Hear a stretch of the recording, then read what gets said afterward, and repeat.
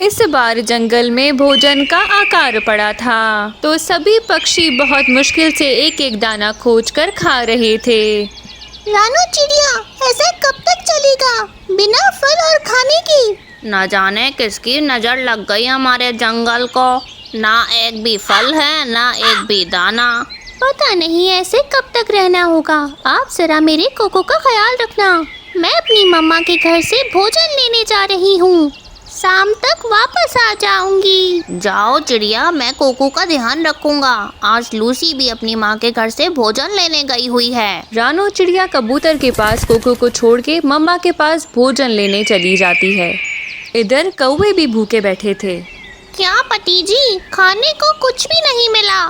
सूखा दाना ही ले आते कम से कम। गौरी जी बहुत ढूंढा लेकिन कुछ नहीं मिला। मेरी तो हालत भी खराब हो गई। चल कालू मेरे साथ, अब भूखा नहीं मरा जाएगा।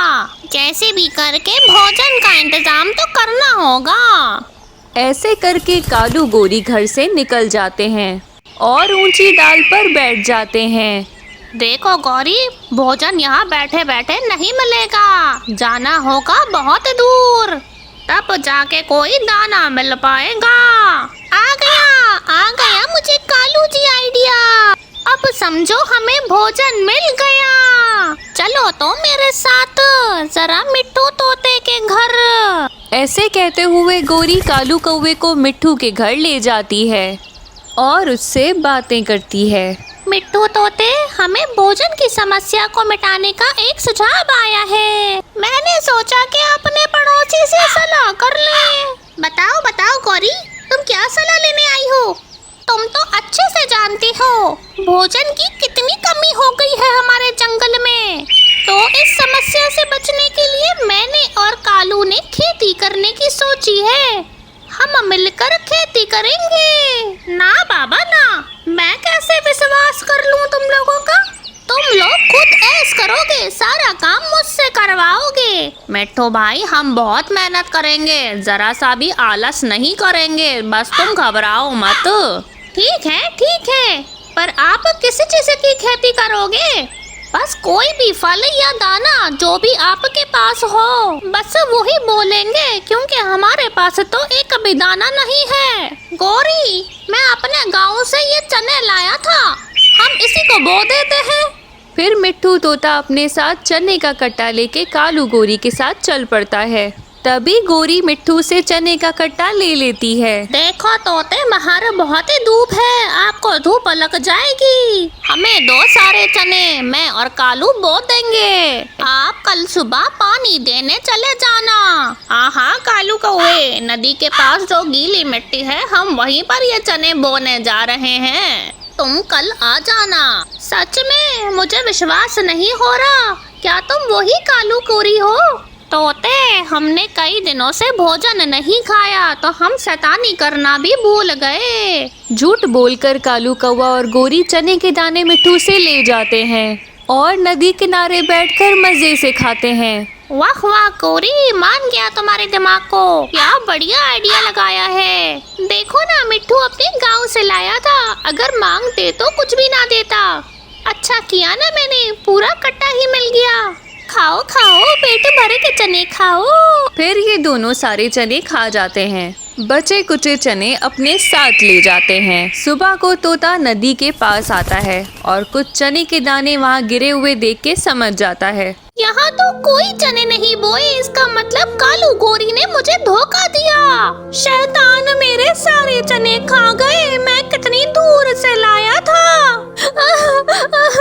छोड़ूंगा नहीं दोनों को। गोरी, कल तो मिट्टू के चने खाए थे, आज किसका भोजन खाओगी? कालू जी, कल चिड़िया अपनी माँ के घर से मटर लाई थी, चलो आज उसी को बुद्धू बनाते हैं और हरे हरे मटर खाते हैं। फिर कालू गोरी चिड़िया के घर जाते हैं और वही सब बातें कहते हैं जो उन्होंने मिट्टू तोते से कही थी। चिड़िया बहन, सोचें, कुछ तो सोचें। अगर फसल उग गई तो हमारे साथ साथ बाकी सब पक्षियों के भी मजे आ जाएंगे। ये तो बहुत अच्छा है, पर मेरी माँ ने ज्यादा मटर नहीं दिए, बस ये थोड़े से हैं। अरे चिड़िया, ये तो बहुत मटर हैं। जंगल के सारे पक्षी आराम से खाएंगे। चिड़िया रानी, सोचती क्या हो, हम ज्यादा मेहनत कर लेंगे। बस तुम मटर दे दो, हमारे पास तो कुछ है नहीं। ऐसी बात नहीं है कालू गोरी, मैं भी आपकी पूरी मदद करूंगी। अकेले अकेले तुम्हें देर हो जाएगी। रानो चिड़िया कालू गोरी के साथ मटर लेकर चलती है। गोरी तभी तो बहुत परेशान थी कि वो चिड़िया के मटर लेकर कैसे भागे। चिड़िया रानी, मैं तो भूल ही गई। मटर बोने के लिए पहले जमीन में खड्डा करना होगा। क्या आपके घर खुरपी मिल जाएगी? हमारे घर तो नहीं है। हाँ हाँ, मेरे घर में दो खुरपी है, मैं अभी लेकर आती हूँ। आप मेरा इंतजार करें। फिर वो भोली चिड़िया खुरपी लेने वहाँ से चली जाती है। कालू गोरी तो खुशी के मारे मटर लेकर वहाँ से भाग जाते हैं। चली गई कालू, वो चली गई। भोली चिड़िया हमें मटर सौंप कर चली गई। चलो चलो गोरी, चिड़िया के आने से पहले बहुत दूर चले जाते हैं, जो चिड़िया हमें ढूंढ ना पाए। फिर वो दोनों मटर लेकर वहाँ से भाग जाते हैं और खुशी से हरे हरे मटर चिड़िया के खा जाते हैं। थोड़ी देर बाद जब रानो वापस आती है तो कालू गोरी को वहाँ ना पाकर चौंक जाती है। कालू गोरी, आप कहाँ चले गए? मैं खुरपी लेकर आ गई हूँ। रानो चिड़िया उन दोनों को यहाँ वहाँ देखती है, परंतु कालू गोरी तो वहाँ से भाग गए थे। दूसरी ओर मिट्ठू तोता भी कालू गोरी को खोज रहा था। रानो चिड़िया, क्या आप भी कौओं को ढूंढ रही हो? हाँ मिट्टू भैया, उन दोनों ने मुझे फिर से बेवकूफ बनाया। मेरे सारे मटर के दाने लेकर भाग गए। मास बोल रहे थे मटर की खेती करेंगे। चिड़िया की ये बात सुनकर मिट्ठू भी अपनी कहानी चिड़िया को बता देता है। फिर वो दोनों शैतान कौवों को सबक सिखाने की योजना बनाते हैं। अब देर रात हो गई थी। कालू गोरी अब अपने घर पहुंचते हैं। अब मिट्ठू और रानू पहले से ही मोटा डंडा लेकर वहां पर बैठे हुए थे। कालू जी, चिड़िया के मटर खा के तो मजा ही आ गया। हाँ गोरी, कल बुलबुल को बुद्धू बनाएंगे। मैंने सुना है वो मशरूम लाई है। शैतानो, मजा तो अब मैं दिलाऊंगा तुम्हें। हमसे भोजन छीन कर खाते हो। चिड़िया बहन, हमला करो। मिट्ठू के इतने कहते ही चिड़िया बहन डंडे से हमला कर देती है और कौवों की खूब पिटाई होती है। अरे चिड़िया, मर गए मर गए। आइंदा से कभी भोजन लेकर नहीं भागेंगे, माफ कर दो। बस कर मिट्ठू तोते, बस कर। कितना मारेगा हमें? आइंदा से कभी भोजन नहीं छीनेंगे। मिट्टू तोते बस करें, इन दोनों को बहुत सबक मिल चुका है। दोबारा से किसी का भोजन नहीं चुराएंगे और ना ही किसी को इस तरह से बुद्धू बनाएंगे, वरना हम इनकी इससे भी अच्छी खबर लेंगे। हाँ चिड़िया, मैं कसम खाता हूँ आइंदा कभी किसी का भोजन नहीं लेके भागेंगे, चाहे भूखे मर जाएं। फिर रानू मिट्ठू अपने अपने घर चले जाते हैं। कालू गोरी को भी अच्छा सबक मिल चुका था और अब वो भोजन न छीनने की कसम भी खा चुके थे। और फिर वो अगले दिन से खूब मेहनत करते हैं और अंगूर की फसल उगाते हैं और सभी पक्षियों को मुफ्त में खिलाते हैं। अगर आपको हमारी कहानी अच्छी लगी तो कहानी को लाइक और चैनल को सब्सक्राइब कीजिए। धन्यवाद। मीनू चिड़िया अपने बेटे मानो चिड़िया के साथ रहती थी। अब सोनू चिड़िया तो नहीं रहा था, जिस कारण अकेले ही मीनू चिड़िया अपने बेटे के साथ रहती थी। आप मेरे लिए कितनी मेहनत करती हो। पहले दूसरी जंगल जाके कपड़ा लाती हो और उसके बाद नए नए छाते बनाती हो, और तो और इतनी गर्मी में आप जाके छाते बेचती हो पक्षियों को। अब मैंने फैसला कर लिया है, आज से मैं भी आपके साथ छाते बेचूंगा, ताकि इससे आपको थोड़ी आसानी हो जाएगी। नहीं मानो, मैं इसलिए इतनी मेहनत कर रही हूँ ताकि तुम पढ़ लिख के बहुत कामयाब बन जाओ और जब तुम्हारी काम की उम्र आए तो तुम्हें इतनी ज्यादा मेहनत ना करनी पड़े। परंतु मम्मा, परंतु कुछ नहीं, चलो अब जल्दी से स्कूल जाओ, शाबाश। मीनू चिड़िया मानो चिड़ा को स्कूल भेजकर ठेला लगा के छाता बेचने आ जाती है। छाते ले लो, छाते ले लो, रंग बिरंगे छाते ले लो, जल्दी आ जाओ, जल्दी आ जाओ, छाते ले लो, छाते ले लो। मीनू चिड़िया के रंग बिरंगे छाते गर्मी के मौसम में बहुत ज्यादा बिकते थे और मीनू चिड़िया की अच्छी खासी कमाई भी हो जाती थी। मीनू चिड़िया, अब तो ठंडी का मौसम आ रहा है, हम पक्षियों को छाते की कोई जरूरत नहीं। तुम्हारा व्यापार तो लगता है अब बंद हो जाएगा। नहीं तोते, अब तो मेरा ये कारोबार और ज्यादा चल पड़ेगा। ठंडी के मौसम में ये छाते पक्षियों को छत बन के बचाएंगे। हाँ वैसे तुम ठीक कह रही हो, छाते से छत बनाने का उपाय बहुत बढ़िया है। मैं तो अब छाते से ही अपनी छत बनाऊंगा। वैसे भी घर बनाने में तो बहुत सारे पैसे लगते हैं, मैं तुमसे ये छाता ही खरीद लूंगा ताकि मुझे घर ना बनाना पड़े। मीनू चिड़िया के छाते काफी रंग बिरंगे और काफी सुंदर थे, इसीलिए सारे पक्षी मीनू चिड़िया से ही छाते खरीदते थे। एक दिन कालू कौवा अपने परिवार के साथ जंगल में आता है। रानी देखो तो इस जंगल में कितना सुकून है और कितना सुंदर है ये जंगल। हाय रे कालू जी, कितना सुंदर जंगल है ये और कितना हरा भरा है ये। बस अब मैंने कह दिया, आपसे हम इसी जंगल में रहेंगे। बहुत ही सुंदर है ये। हाँ बाबा, अब हम इस जंगल में अपना घर बना लेंगे। हाँ अब हम इसी जंगल में रहेंगे, मुझे भी ये जंगल बहुत पसंद है। बस अगले दिन ही कालू कौवा और रानी कौवी एक पेड़ पर अपना घोंसला बना लेते हैं। रानी मैंने अब सोच लिया है, कल से मैं इस जंगल में छाते बेचूंगा। सबसे ज्यादा कमाई अब मेरी ही होने वाली है। पर कालू जी मुझे नहीं लगता कि कोई भी पक्षी आपसे छाते खरीदेगा, क्योंकि मीनू चिड़िया इस जंगल में सालों से छाते बेच रही है। उसका व्यापार बहुत ज्यादा अच्छा चलता है और सब पक्षी देखना उसी से ही छाते खरीदेंगे। तो क्या हो गया, मीनू चिड़िया के साथ साथ पक्षी मुझसे भी छाते खरीदेंगे। अगले दिन कालू कौवा कुछ रंग बिरंगे छाते लेकर एक पेड़ के नीचे बैठ जाता है और पक्षियों को आवाज देता है। आ जाओ पक्षियों, रंग बिरंगे छाते ले लो, बहुत ही अच्छे, बहुत ही मजबूत, बहुत ही टिकाऊ। कालू कौवा बहुत आवाजें लगाता है, परंतु उससे कोई भी पक्षी छाते नहीं लेता, क्योंकि सारे पक्षी मीनू चिड़िया के पास जाते थे।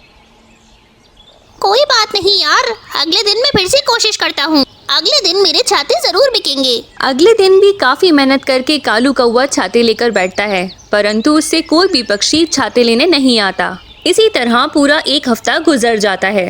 रानी तुम ठीक कह रही थी, मीनू चिड़िया के होते हुए मेरा व्यापार कभी भी यहाँ कामयाब नहीं होगा। हाँ भाई, मैंने तो आपसे पहले ही कहा था, परंतु आप मेरी बात सुनते ही कहाँ हैं। पर कालू जी अब तो घर में भोजन भी खत्म हो रहा है, कुछ कीजिए कालू जी, आप कोई दूसरा काम देख लें, परंतु अब जाके पैसे कमाएं, क्योंकि मैं अपने बेटे को भूखा नहीं देख सकती। रानी तुम गुस्सा क्यों हो रही हो, मैं कुछ करता हूँ। हाँ तो गुस्सा होने वाली बात तो है, 2 दिन हो गए मेरा बेचारा बच्चा रूखा सूखा खा रहा है।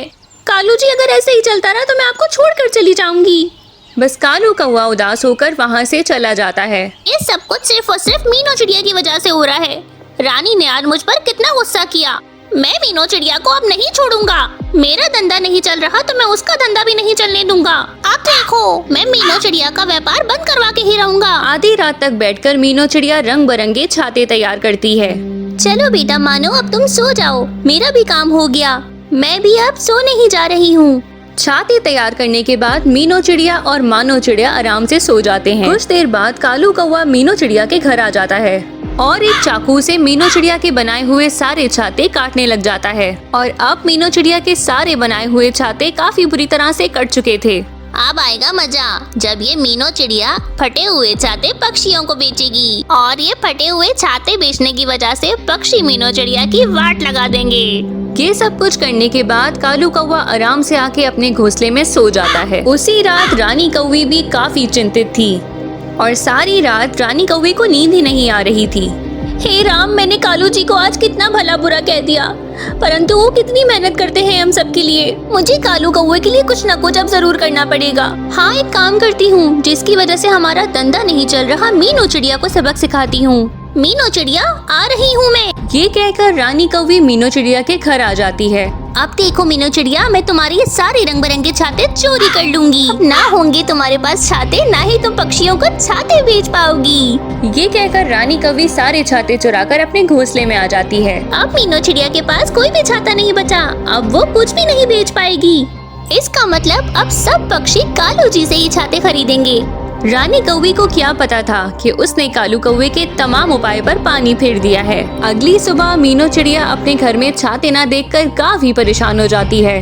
हाय रे, ये क्या हो गया? मैंने कल रात में कितने सारे छाते बनाए थे, ऐसा लगता है किसी पक्षी ने आके ये सारे छाते चुरा लिए। ये क्या हो गया आज मेरे साथ? आज मैं छाते कैसे बेचूंगी? मम्मा, हम एक काम करते हैं, हम जल्दी से दूसरे छाते बना लेते हैं। नहीं बेटा, छाते बनाना इतना आसान काम नहीं है, छाते बनाने में पूरा दिन लग जाता है। मम्मा आप रोजाना ही तो छाते बेचती हो, आज नहीं बेचोगी तो कोई फर्क नहीं पड़ेगा। आज अब सारा दिन लगाकर छाते बनाओ और कल सारे पक्षियों को छाते बेच देना। हाँ बेटा, तुम ठीक कह रही हो। मैं इसके अलावा और अब कर भी क्या सकती हूँ। आज मैं छाते नहीं बेचती। कालू जी देखिए, पूरी रात बैठ के मैंने आपके लिए छाते बनाए। अब जल्दी से जाकर आप ये पक्षियों को छाते बेच आएं। वाह रानी, तुमने तो आज कमाल ही कर दिया। मुझे तो आज पूरा यकीन है आज सारे पक्षी मुझसे ही छाते खरीदेंगे। कालू कौवा छाते बेचता है। मीनू चिड़िया के ना होने की वजह से तमाम पक्षी कालू कौवे के पास ही आते हैं और आज तो कालू कौवे की कमाई काफी ज्यादा हो रही थी।